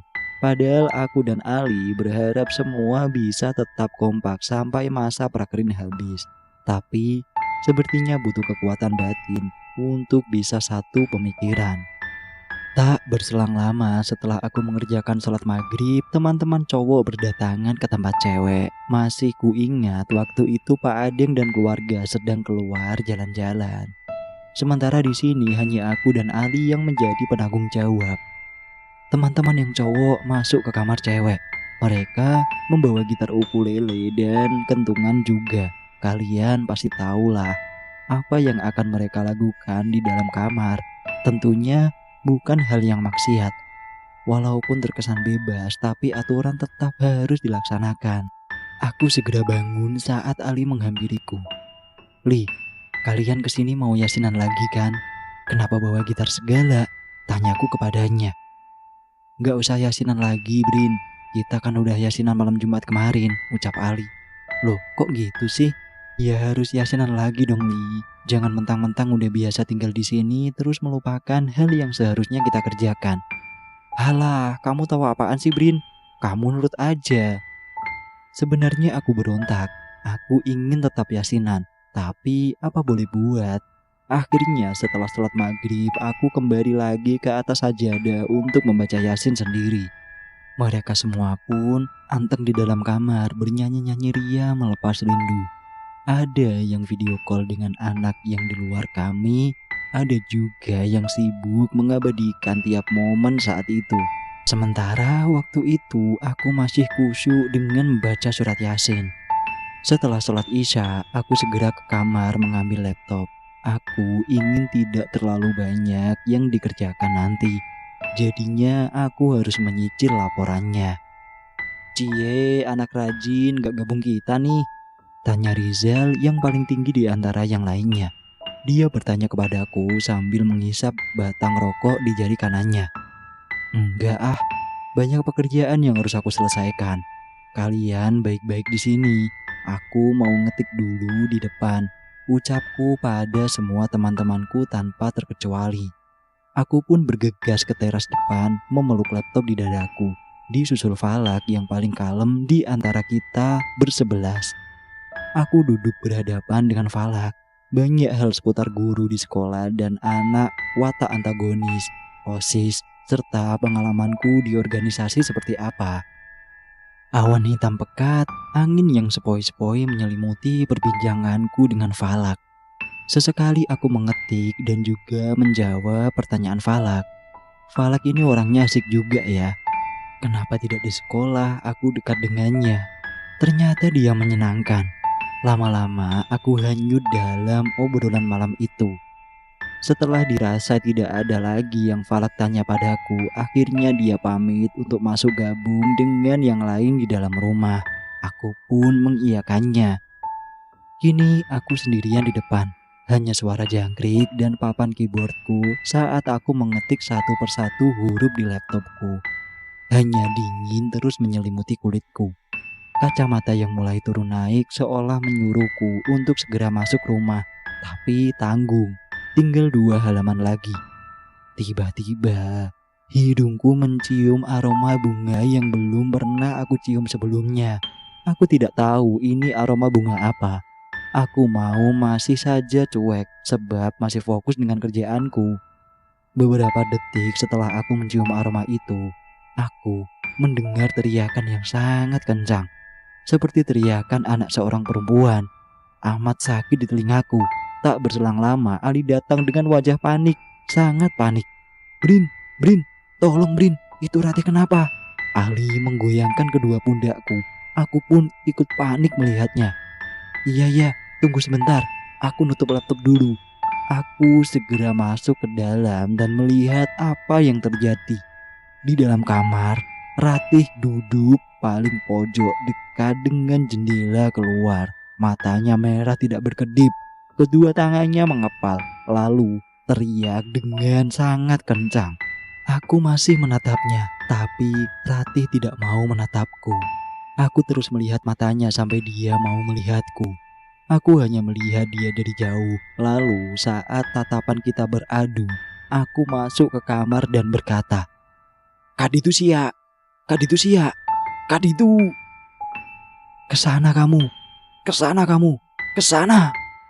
Ratih berteriak saat aku masuk ke kamar. Dia mengusirku. Dia tidak senang aku ada di dalam kamar. Semakin aku mendekat, semakin dia mengamuk. Aku tidak mengerti apa maksudnya. Itu seperti bukan Ratih yang aku kenal. Karena tempat prakerinku di pedalaman, sehingga dia mengucapkan dengan bahasa Sunda. Ratih menolak. Aku meminta teman cowok lain yang memegangi Ratih, tapi mereka tidak mau. Alasannya takut dan lain sebagainya. Aku meminta semua yang ada di kamar untuk keluar. Tidak baik jika orang yang kerasukan dikerumuni banyak orang. Bahkan aku meminta Ali dan Rizal untuk mengambil air di kamar mandi sebagai media pengobatanku. Kata guru ngajiku, setan akan takut dengan air yang sering kita pakai untuk wudhu. Ku pegangi kening Ratih. Rasanya sangat dingin. Dia terus berteriak saat aku menghampirinya dan semakin menegang. Suasana semakin tidak kondusif. Aku meminta yang lain untuk meminta bantuan kepada warga sekitar. Cari bantuan semaksimal mungkin. Sedangkan aku tidak mungkin bisa mengatasi ini sendirian. Saat teman yang lain meminta bantuan, tiba-tiba 2 temanku yang lain yaitu Roros dan Siti, mereka ikut kesurupan. Ya Tuhan, apalagi ini? Kedua teman lelaki pun mengamuk dan tak bisa dikendalikan. Ini seperti dipermainkan. Aku mulai lelah dan rasanya ingin sesekali menangis. Kenapa ini harus terjadi pada teman-temanku? Sekitar 30 menit aku berhasil menyadarkan ketiga temanku. Tinggal 2 lagi yang belum. Aku sudah tidak kuat lagi. Mereka sangat ganas. Aku masih pemula dan baru pertama kali menangani orang kesurupan. "Apa yang kalian lakukan di sini?" Suara mbah-mbah mengagetkanku. "Kalian telah mengganggu para leluhur di sini." Setelah mbah itu menyembuhkan teman-temanku, sisa temanku yang tidak kesurupan, mereka memelukku dan meminta maaf kepadaku. Aku pun ikut menangis dengan sejadi-jadinya. Karena tanpa disangka, penduduk sekitar sini berdatangan melihat kejadian itu. Sungguh memalukan. Aku melihat wajah yang sangat marah dari wajah Pak Adeng dan keluarganya. Aku tidak tahu apa jadinya besok ketika aku dan yang lain dipanggil. Malam semakin larut. Aku benar-benar tidak tahu lagi apa yang harus aku lakukan. Melihat wajah Pak Adeng pun aku sudah tidak kuasa. Jika begini, ada kemungkinan aku dan teman-temanku dikembalikan ke sekolah. Nama sekolahku akan tercoreng berikut guru-guru dan kepala sekolah. Aku tidak bisa membayangkan apa yang akan terjadi nanti. Waktu menunjukkan pukul 1 pagi. Semua penduduk baru kembali lagi setelah kejadian itu. Hening, ketegangan masih juga terasa sampai hampir aku terduduk di teras depan. Aku malas ke kamar. Aku sudah cukup kecewa pada teman-temanku. Andai mereka menuruti perkataanku, mungkin mereka tidak akan seperti ini. Tapi, ya itulah takdir. Semua harus dijadikan sebagai peringatan. Di teras depan, aku masih berpikir dan ingin rasanya bertanya kepada teman-temanku tentang apa yang sebenarnya terjadi. Tapi ini tidak mungkin. Aku harus menunda rasa penasaranku. Ini bukan waktu yang tepat. Bersama dengan laptop yang ada di pangkuanku, aku memandangi rumah yang ada di depan mataku, yaitu rumah Pak Adeng. Rumah Pak Adeng tidak seperti rumah yang lain. Rumah itu terlihat redup. Bangunan sederhana diapit oleh 2 pohon besar di kanan kirinya. Suasana mencekam, seakan mendukung adanya semua itu. Aku tidak boleh berpikiran macam-macam lagi. Harusnya aku segera tidur. Tapi ini seperti permainan. Aku tidak dapat lagi memungkiri bahwa masih ada yang belum selesai. Kurasa akan ada kejadian yang baru lagi menghampiri. Semoga saja tidak akan terjadi. Suara-suara burung dan hewan-hewan malam lainnya terdengar di telingaku, seakan memintaku untuk segera beranjak dari teras ini.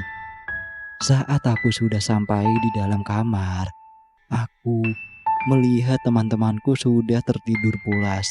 Tuhan, semoga mereka baik-baik saja besok. Seakan kejadian semalam itu ada di dalam mimpi. Tiba-tiba sudah terdengar azan subuh. Aku segera pergi mandi. Lagi-lagi akhirnya berubah lagi menjadi bau amis seperti pertama kali aku masuk ke dalam kamar mandi. Apa yang akan kamu lakukan jika kamu menjadi aku?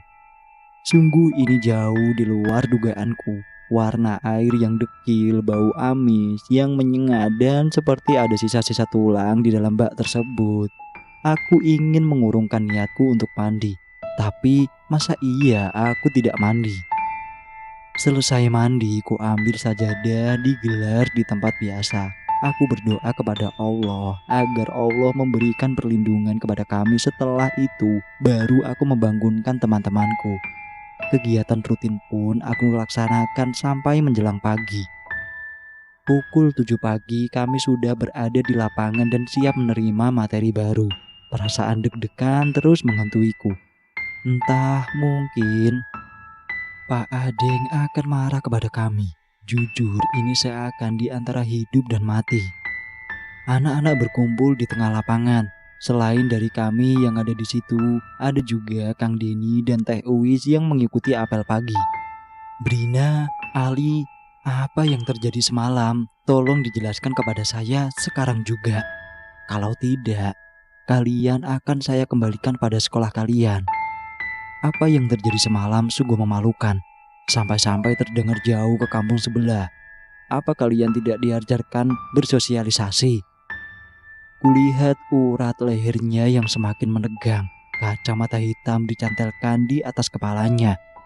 Kali ini wajah Pak Adeng benar-benar murka. Aku tidak kuasa menjawab ucapan Pak Adeng yang semakin meninggi. Aku menyenggol tangan Ali, memberi kode agar ia yang menjelaskan karena aku tidak tahu persis bagaimana kejadian semalam. Ali pun menjelaskan dengan wajah yang tidak kalah tegang. Takutnya Pak Adeng beneran mengusir kami dari sini. Rasa malu campur aduk dengan rasa gelisah, takut terjadi hal yang tidak diinginkan. Mana hari ini pertama kali dimarahin di depan banyak orang. Mau disimpan di mana muka gue? Siangnya saat istirahat, kami semua berkumpul di bawah pohon bambu tepat dekat tempat pengokeran tanaman. Kami duduk melingkar layaknya orang yang mau makan bersama. Sini deh, aku mau tanya sama kalian. Sebenarnya apa sih yang terjadi semalam? Maksudku, gimana bisa kejadian seperti semalam? Tanyaku penasaran kepada mereka. Sebelumnya aku minta maaf ya, ini semua salah aku, Neng. Waktu itu aku yang usil, mau ngagetin Rati di dekat jendela. Aku keluar dari kamar lalu ke dekat jendela dan setelah itu tiba-tiba Rati seperti itu, ucap Eva yang mengakui kesalahannya. Sebelum aku dikagetin sama kamu, aku ngelihat ada cewek di dekat jendela itu. Lalu setelah itu aku nggak tahu apa lagi yang terjadi sama aku. Ratih menjelaskan. Karena memang pada saat itu kesurupan terparah yang dialami oleh Ratih. Mendengar penjelasan dari Ratih, tiba-tiba saja aku langsung merinding. Toleh-toleh ke belakang yang ternyata itu pohon bambu yang sangat besar. Dan kini aku tahu bahwa yang merasuki Ratih adalah sosok perempuan gentayangan yang aku sendiri tidak tahu dari mana asalnya. Hari berganti, hampir mendekati 3 minggu. Aku lebih mengenal lagi pada Teh Uis dan Kang Deni. Pernah sesuatu hari aku diajak oleh Kang Deni untuk keliling kampung di sebelah. Lokasinya lumayan jauh dari tempatku prakerin. Kata Kang Deni, di kampung sebelah suasananya enak. Penduduknya pun baik-baik. Sebenarnya Kang Deni asli orang sini, tapi di kampung sebelah dan lama bekerja dengan Pak Adeng. Aku mengiyakan ajakan Kang Deni beserta istri. Aku dibonceng Teh Ewis dan Kang Deni membonceng anaknya yang masih kelas 2 SD. Petualanganku melewati perkebunan cabai, kol, dan masih banyak tanaman sayur lainnya. Ini bangunan apa? Tanyaku pada Teh Ewis yang baru saja kami melewati bangunan di tengah hutan, tapi berada di pinggir jalan yang bisa dilewati motor dan mobil satu arah. Kenapa memangnya? Teh Ewis malah tanya balik kepadaku. Enggak, aneh aja ada rumah di tempat beginian, timpaku. Iya Neng, itu rumah biasa dipakai istirahat sama para pekerja Pak Adeng yang bagian wilayah situ. Jelas Teh Uis semakin membuatku penasaran. Tak kusangka, lahan berhektar-hektar yang kulalui ternyata masih yang dikelola oleh Pak Adeng. Pasti uangnya sangat banyak sekali hingga bisa mengelola semua lahan di tempat ini. Untuk menikmati perjalanan, aku ngobrol ke sana kemari tanpa arah tujuan. Tiba-tiba ada pertanyaan yang membuatku diam 1000 bahasa. Gimana keadaan Teh Ratih, Neng? Teteh lihat kok sepertinya Ratih itu orangnya gampang kemasukan gitu. Aku langsung terdiam jika membahas tentang Ratih. Aku masih ingat bagaimana dia mendelik ke arahku dan mengancamku saat aku mencoba untuk mengeluarkan jin yang ada di tubuh Ratih. Oh, baik-baik saja Teh, jawabku singkat. Hari semakin jelang sore, aku lupa kalau sore ini giliran nyiram tanaman. Bisa berabe kalau aku tidak menyiram. Kena semprot lagi bahayanya. Untungnya Teh Uis ingat jadwalku. Aku segera berpamitan pada keluarga Kang Deni, lalu diikuti Dik Rifan anaknya. Rasanya senang bisa main ke rumah keluarganya. Di perjalanan saat melewati villa tadi, rasanya ada yang berbeda. Kenapa? Ada bapak-bapak tua duduk di pinggir kolam yang isinya air sudah sangat kotor, bahkan nyaris kering, tapi kelihatan dalamnya. Maksud hati ingin bertanya kembali pada Teh Uis, tapi rasanya tidak mungkin. Ini bukan waktu yang tepat. Sepulang dari kampung sebelah, aku sudah janji pada Teh Uis aku akan menginap di rumahnya. Kebetulan rumah Teh Uis sangat dekat dengan kantor, tepat di seberang kolam. Pak Adeng pun akan sangat senang dengan kedekatanku dengan Teh Uis. Aku bisa mengambil banyak ilmu darinya. Ilmu bisa kita dapatkan dari mana saja. Seperti yang sudah direncanakan, usai sholat maghrib dan makan sore, aku segera ke rumah Pak Adeng untuk meminta izin. Tanpa basa-basi lagi, Pak Adeng langsung mengizinkan aku. Bahagianya rasa hati ini. Malam ini adalah pertama kali aku menginap. Bangunan tua yang dindingnya terbuat dari anyaman bambu, lantai yang terbuat dari kayu jati. Meski sangat sederhana, bangunan ini tetap berdiri kokoh, mencerminkan kesederhanaan yang ada di dalam keluarga Teh Uis. Aku sebenarnya sudah ngajakin teman yang lain, tapi tidak ada yang mau. Ya udah, aku pergi sendirian. Lagian juga sudah diberi izin sama Pak Adeng. Padahal ini kesempatan emas buat bisa dekat dengan salah satu pekerjanya. Biar nanti pas sidang akhir bisa dapat semuanya. Assalamualaikum. Aku kini berdiri di depan pintu rumah Teh Uis. Waalaikumsalam, ucap salah satu di dalamnya. Aku melihat Dik Rifan dengan 3 orang laki-laki di depan TV. Mereka asyik dengan PlayStation. Ya, ternyata Teh Uis suka menyewakan PS ke anak-anak sekitar. Sampai jam 9 malam pun masih ramai. Bahkan sesekali aku mencoba juga, sampai-sampai aku jago main PS, sangat menyenangkan rasanya. Masuk ke rumah Teh Uis, banyak hal yang aku ceritakan kepadanya, termasuk kesan pertamaku saat aku bertemu dengannya. Lalu, bisa sampai sejauh ini dekat dengannya, hingga terbesit sebuah pertanyaan dariku yang membuat Teh Uis terdiam. Oh iya Teh, tadi sore Neng lihat ada kakek-kakek di pinggir kolam pas kita mau pulang dari kampung sebelah. Kok ada ya di tempat terpencil gitu? Udah sore lagi. Mana pakai pakaian hitam-hitam? Siapa itu Teh? Aku melontarkan pertanyaan dengan begitu polosnya. Entah apa yang ada di pikiranku hingga aku berani menanyakan hal itu. Kamu melihatnya memang. Kamu gak bohong kan sama Teteh? Tanya Teh Uis sangat serius dengan wajahnya. Iya beneran, mataku memang minus. Tapi aku yakin kalau aku gak salah lihat Teh. Aku mencoba meyakinkan. Semakin malam, aku semakin penasaran. Jangan terlalu dipikir Neng. Neng tuh kecapean kali. Masa iya sore-sore lihat kakek-kakek? Ya gak ada tuh, jam segitu mah. Kang Denny yang lagi ada di dalam kamar pun tiba-tiba ikut nimbrung dalam pembicaraan malam itu. Masih kuingat, anak-anak yang main PS sudah pada pulang. Di Rifan sudah berkemas untuk tidur. Sementara di depan TV masih ada aku, Teh Uis dan Kang Denny di atas kasur busa yang digelar untuk aku tidur. Kami bertiga dengan asyiknya membicarakan kejadian tadi sore, mengundang rasa penasaran tak terhingga. Aku semakin penasaran dengan berbagai hal yang ingin kutanyakan kepada mereka, termasuk rasa penasaranku tentang kosan cowok, air bau amis di kamar mandi, dan kakek tua yang sering aku lihat. Semakin larut, suasana semakin mencekam.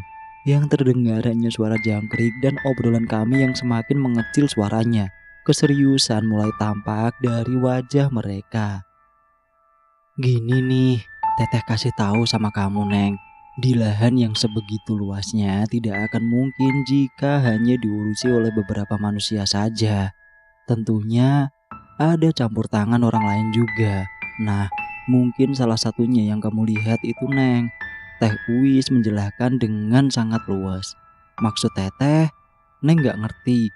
Dan polosnya aku hingga mengharuskan Teh Uis menjawab dengan sabar. Jadi, yang Neng lihat itu aden-aden. Aden-aden itu apa? Berkali-kali aku menaikkan kacamata yang mulai longgar. Aden-aden itu makhluk tak kasat mata yang bisa menyerupai siapa saja, termasuk pada umumnya menyerupai kakek-kakek. Tiba-tiba aku merinding mendengar penjelasan dari Kang Denny. Yang ternyata bukan hanya aku yang mengalami. Duh, menakutkan. Rasanya aku ingin segera pulang ke rumah. Apa jadinya jika aku bertemu dengan aden-aden itu? Waktu sudah menunjukkan pukul 11 malam. Teh Uis dan Kang Denny pun berpamitan untuk segera tidur. Aku sendiri di ruang tengah. Gabut iya, takut apalagi. Tidak ada teman. Tidur tak bisa. Sungguh ini seperti ujian nyali. Penerangannya pun tidak begitu terang. Duh, takut sekali rasanya. Aku memaksa mata untuk memejam. Tak dapat kupejamkan sama sekali. Ketika aku terpejam, takutnya saat buka mata ada setan. Mengerikan sekali bukan? Tapi akhirnya aku dapat terpejam juga. Srek, srek, srek. Tiba-tiba aku mendengar seorang yang sedang nyapu di halaman. Hingga aku tersadar dan terbangun. Suara itu semakin dekat di telingaku.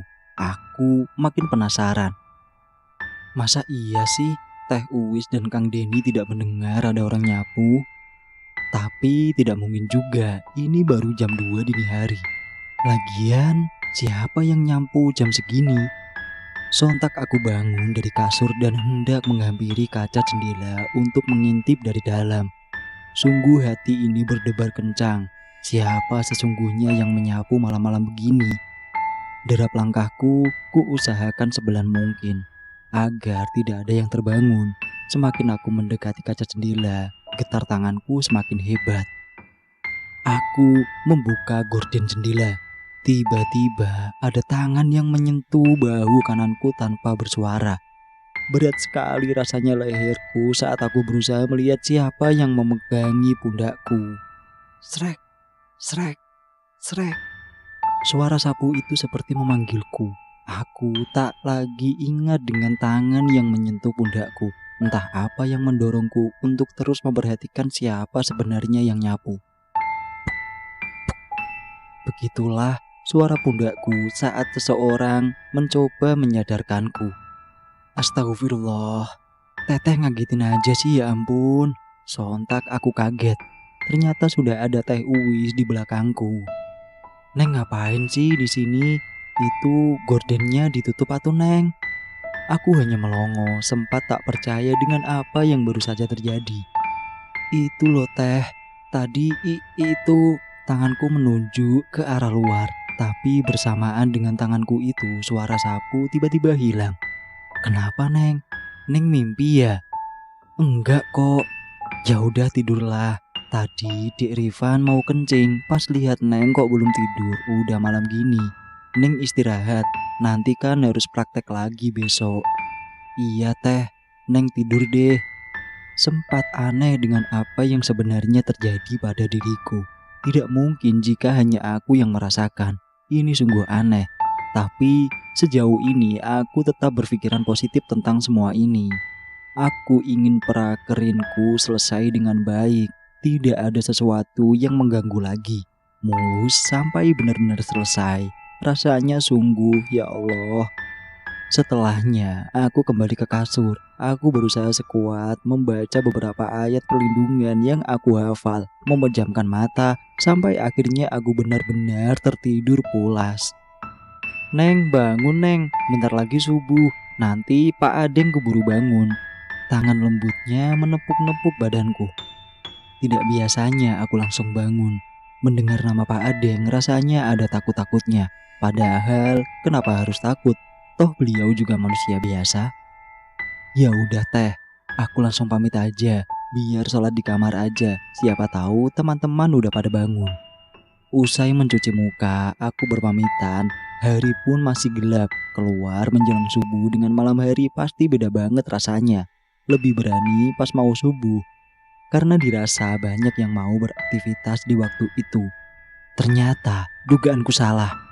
Teman-teman yang lain belum pada bangun. Terpaksa aku harus muter-muter ke samping kamar untuk mengetuk jendela. Jendela yang ada di pinggir tebing ke jalan raya.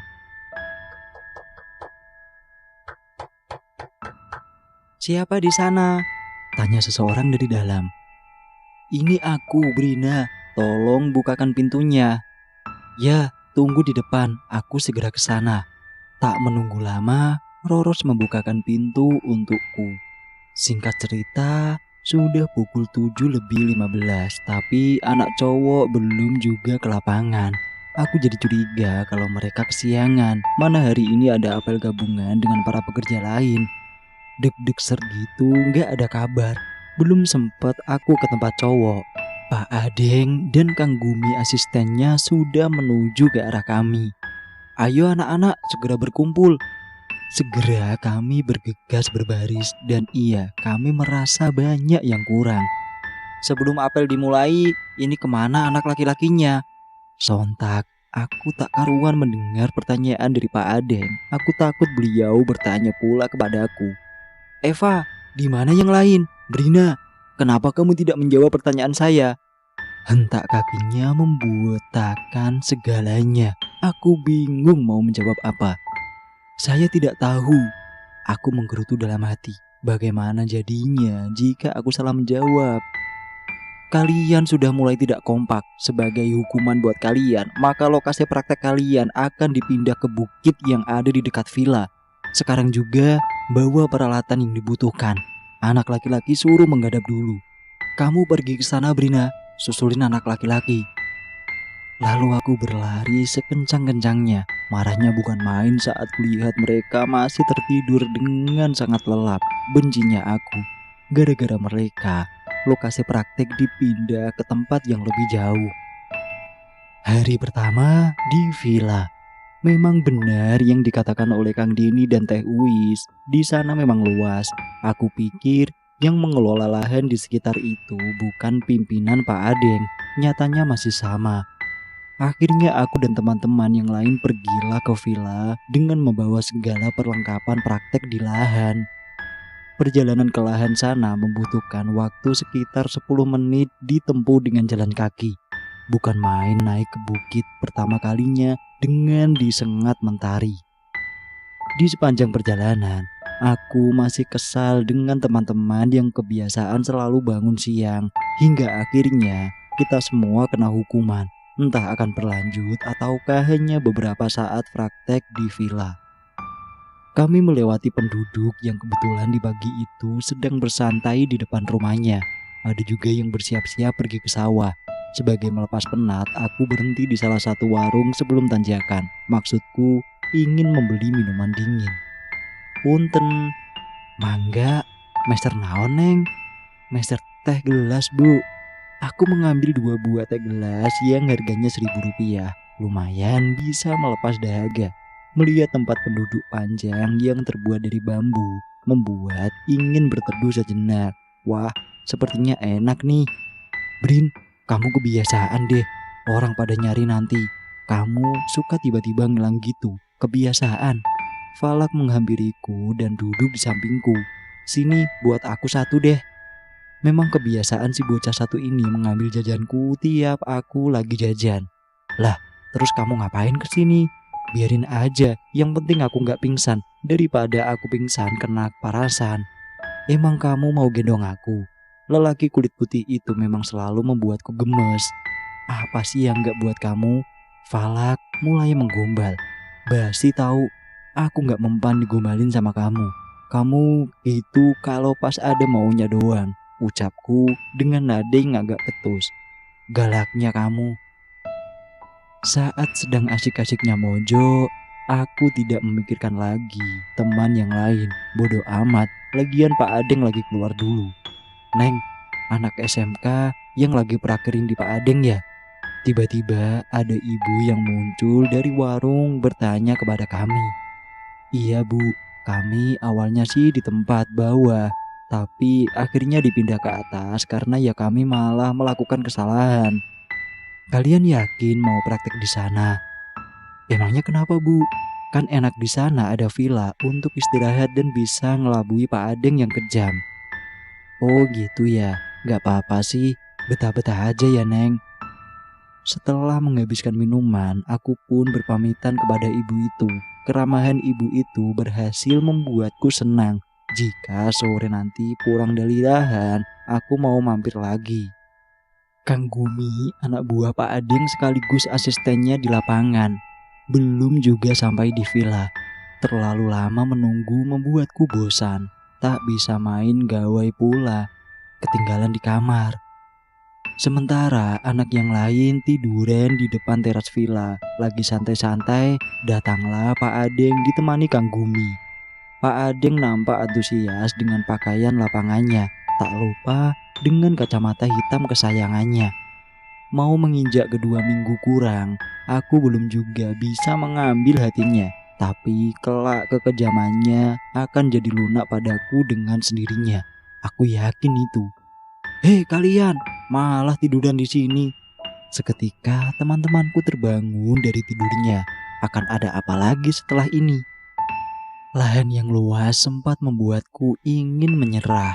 Sebelumnya aku tidak pernah merawat tanaman seluas itu. Bahkan aku tidak pernah bisa membayangkan akan dihadapkan dengan tanggung jawab yang cukup besar. Belum lagi jarak yang lumayan jauh dari kantor dan pulangnya harus sore sampai pekerjaan benar-benar selesai. Setelah semuanya bangun, kita semua pun bersiap untuk mendengarkan arahan hari ini terkait apa yang harus dilakukan hari ini.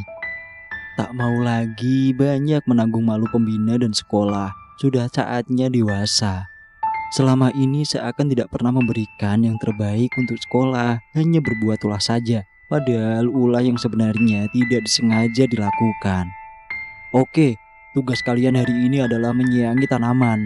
Bapak harap kalian mengerjakan tugas dengan sebaik-baiknya. Jangan sampai waktu di sini tidak kalian manfaatkan. Jangan lupa untuk selalu mencatat apapun yang kalian temukan di lapangan. Untuk saat ini Bapak dan Kang Gumi akan ada pertemuan di Unpad. Jadi silahkan kalian dipimpin oleh ketua kalian. Jelas Pak Adeng dengan panjang lebar. Siap Pak. Sesuai dengan perintah Pak Adeng, akhirnya kami semua pergi ke lahan yang sangat sepi. Hanya ada suara burung dan gemercik air di bawah lokasi kita kali ini. Ternyata di bawah adalah sungai. Ayo teman-teman, kita perlu menyelesaikan ini semua dengan kerja tim agar cepat selesai. Kalau sudah selesai semuanya, kalian mau tiduran juga nggak apa-apa. Toh yang penting pekerjaan sudah selesai. Aku yang berbicara kepada mereka, mereka pun langsung semangat. Mengingat sore ini kami akan pergi main ke pasar malam. Hal yang sangat kami nantikan adalah hiburan dengan penatnya berminggu-minggu di lahan. Memang sudah lama tidak main ke pasar malam yang identik dengan jajanan aromanis. Tunda dulu rencana ke pasar malam. Yang penting hari ini semua pekerjaan selesai sesuai waktunya. Berharap ada kepuasan tersendiri ketika semua pekerjaan sudah dilaksanakan. Namun usaha hanyalah usaha. Setelah lahan yang cukup luas itu dibagi dengan orang bersebelas, kami asik semua dengan pekerjaan masing-masing. Bahkan tak disangka selesai lebih cepat dari perkiraan. Kami pun berkumpul di teras villa seperti rencana sebelumnya. Tampak dari jauh, Ali dan teman-teman yang lain sudah berdatangan menghampiri aku dan teman-teman yang lain sedang duduk di depan teras villa. Namun dari tadi aku tidak menemukan Ratih. Kemana dia? Apa dia tersesat di dalam lahan? Hei, kalian kok gak sama Ratih? Tanyaku penasaran. Loh, mana aku tahu Brin? Harusnya aku yang nanya ke kamu. Dia kan ikut blok cewek toh? Tanya Ali balik penasaran. Gimana sih Li? Bukannya kamu tadi yang bagi kelompok dan dia gak barengan sama kita-kita. Dia itu kebagian di lahan yang dekat kolam itu tadi. Aku menunjuk sebuah kolam yang cukup lama tidak terurus. Dulunya tempat untuk apa aku pun tidak tahu. Iya Li, baru aja pacaran lu gak bisa jagain doi, gimana sih? Mending pacaran sama si Brina aja, biar abis diomelin tiap hari, ucap Eva dengan nada khas Tegalnya. Sudah, kalian jangan berantem melulu. Sekarang mending kita cari kemana Ratih. Udah seharusnya kita balik nih. Waktunya makan siang, gue udah lapar banget, mana belum masak lagi, keluh Falak. Saat ini posisi kita masih berada di teras villa. Karena villa tidak dibuka, mungkin Kang Gumi lupa kalau ada anak prakerin yang lagi praktik di villa. Karena memang biasanya anak prakerin tidak praktik di sini, maka sudah wajar jika Kang Gumi lupa. 5 menit menunggu tak juga datang si Ratih. Kami pun mulai mengkhawatirkan keadaannya. Akhirnya kami bersepuluh pun hendak pergi ke lahan lagi mencari Ratih. Dalam keadaan seperti ini kami tidak membawa HP, hanya kamera yang kami bawa untuk dokumentasi di lahan dengan berbagai pekerjaan yang akan kami lampirkan di laporan kelak. Hal ini baru kamu sadari bahwa saat genting HP sangat diperlukan. Namun apa daya, ini sebagai hukuman untuk kami. Hei, tunggu dulu sebentar. Apa kalian tidak dengar suara dari dalam villa? Tanyaku kepada teman-temanku sebelum memutuskan untuk sama-sama mencari Ratih. Ah, kamu mesti gitu Brin, aku gak suka. Falak membantah ucapanku untuk yang kesekian kalinya. Ini beneran asli, coba kalian semua diam dulu, dengerinlah. Ucapku memberi syarat kepada mereka semua agar memperhatikan bunyi yang berasal di dalam villa. Namun, apa daya, tidak ada yang mau mengikuti aku. Sumpah, saat itu aku ingin sekali nangis. Suara itu sangat keras di telingaku, entah suara apa. Seperti orang yang lagi mengobrol, tapi aku gak tahu apa yang diobrolkan, dan mungkin kala itu hanya aku yang mendengarnya. Hei, aku mohon dengar kali ini saja. Aku merengek kepada Arif dan Falak agar mereka mau mendengarkan ucapanku. Aku berusaha menutup telingaku, tapi aku tak bisa lagi menahan. Aku benar-benar mendengarnya. Apalagi sih Brina? Udah deh, kamu jangan macam-macam Brin, berhentilah. Dengarkan aku, lihat aku. Tidak ada apa-apa dan semua akan baik-baik saja. Iya Falak, terus berusaha menenangkan aku. Perlahan aku merasa tenang meski hanya sekedar menghargai usaha Falak. Iya Brin, kamu itu kecapean. Aku juga gak dengar apa-apa dari tadi. Senyum Arif yang tidak mau kalah untuk menenangkan aku juga. Iya, maafin aku ya. Aku menunduk, masih juga aku mempersoalkan itu. Ada apa sebenarnya? Untuk yang kesekian kalinya, aku tidak mau kecolongan. Setelah tragedi kesurupan teman-temanku tempo lalu, belum lagi gangguan saat aku sering duduk di balkon kantor. Lalu, apalagi? Mengapa hanya aku yang merasakan ini? Selesai. Terima kasih sudah mendengarkan ceritanya.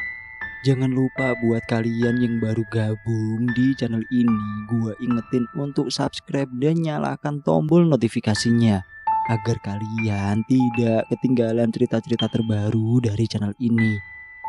Sekian dari gua, sampai jumpa di kesempatan selanjutnya.